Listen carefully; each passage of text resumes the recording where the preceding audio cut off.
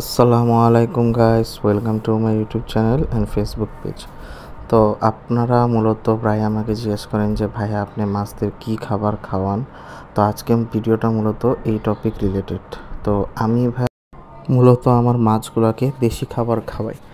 দেশি খাবার বলতে গবাদি পশু খাবার দাবার বা মাছের খাবার যেসব ফিডের দোকানে পাওয়া যায় সেখানে গেলে আপনারা মূলত এইসব দেশি মাছের খাবার পেয়ে যাবেন।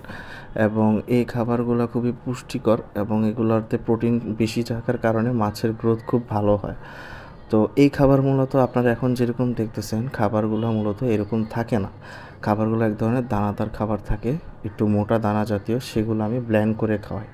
তো আপনাদের বোঝার সুবিধার্থে আমি একটু দেখাচ্ছি যে খাবার এই যে পাশে একটা দানা দেখতেছেন, খাবারগুলো মূলত এরকম বড় বড় দানার থাকে এবং সেগুলো দেন ব্লেন্ড করার পরে এই গুঁড়া গুঁড়া খাবার হয়।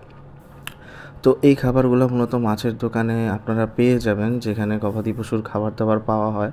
সো সেখানে তারা এগুলো বস্তা হিসেবে বিক্রি করে, যদিও আপনি বস্তা তো আর কিনবেন না, আপনার মাছের কোয়ান্টিটি অনুযায়ী আপনারা কিনবেন। তো আপনারা ওনাদেরকে মূলত বলবেন যে আপনার যে কোনো একটা প্রজেক্টের জন্য হয়তো একটু লাগবে, তাহলেই তারা দিয়ে দিবে। তো বাজারে এই মাছের খাবার যেগুলো এখন দেখতেছেন এগুলোও পাওয়া যায় অ্যাকুরিয়ামের বিভিন্ন দোকানে। তো এগুলার থেকে ওইগুলার প্রোটিন বেশি, তো যার ফলে ওগুলার গ্রোথ খুবই দ্রুত হয়। 2 মাসের মধ্যেই প্রায় এরা সব ব্রিডিং পর্যায়ে আইসা পড়ে এবং কালার কোয়ালিটি তো আপনি দেখতেছেনই, এবং দেখতেছেনই যে এই খাবারগুলো মাছ কী পরিমাণ পছন্দ করে।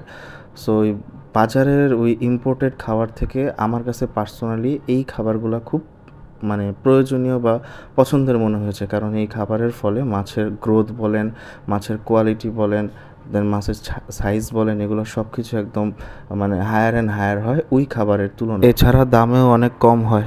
তো আজকের টপিক মূলত এই রিলেটেড। যদি কোনো ইনফরমেশন লাগে তবে অবশ্যই কমেন্ট করবেন, আর যদি ভিডিওটি ভালো লেগে থাকে তাহলে একটা লাইক করবেন, কমেন্ট করবেন, শেয়ার করবেন। ধন্যবাদ।